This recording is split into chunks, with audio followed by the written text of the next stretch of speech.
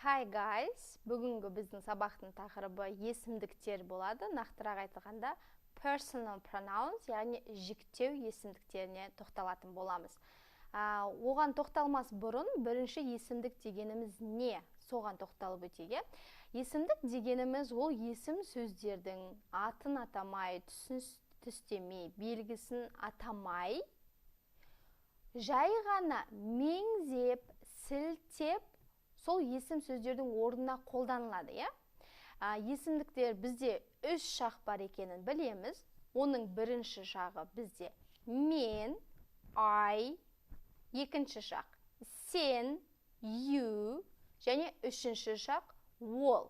Біз жалпылама үшінші шаққа ол деп айтамыз. Ол ұл бала болсын, ол қыз бала болсын, ол жануарлар болсын. Ал ағылшын тілінде ол 3 шаққа, жаңағыдай нақтырақ айтқанда ұл балаға біз he деп айтамыз, яғни толығымен мужской полға. He деп айтамыз, қыз балаға, әйел адамға she деп айтамыз, және жансыз заттар мен жануарларға it.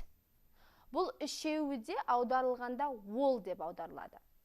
Енді осының көпше түріне келетін болсақ, біз we, сендер, сіздер, you, олар they.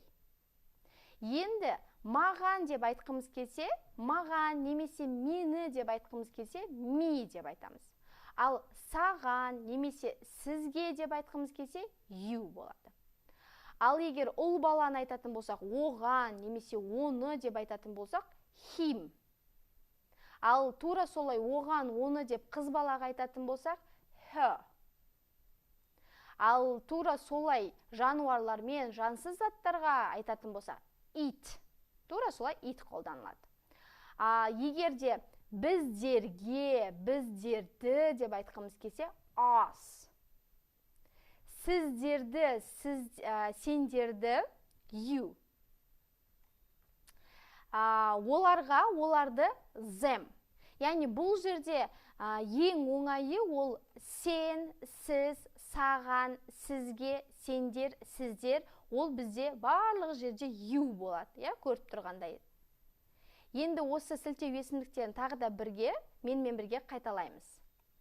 I, мен, you, сен, he, ол бала, she, ол қыз бала, it, ол жансыз заттар мен жануарлар, we, біз, you, сендер, сіздер, they, олар, me, маған, мені, you, саған, сізге, him, оған, оны, her, оған, оны, қыз бала, it, тура солай жансыз заттар мен жануарларда оған болсын, ол болсын, оны болсын, it деп айтамыз.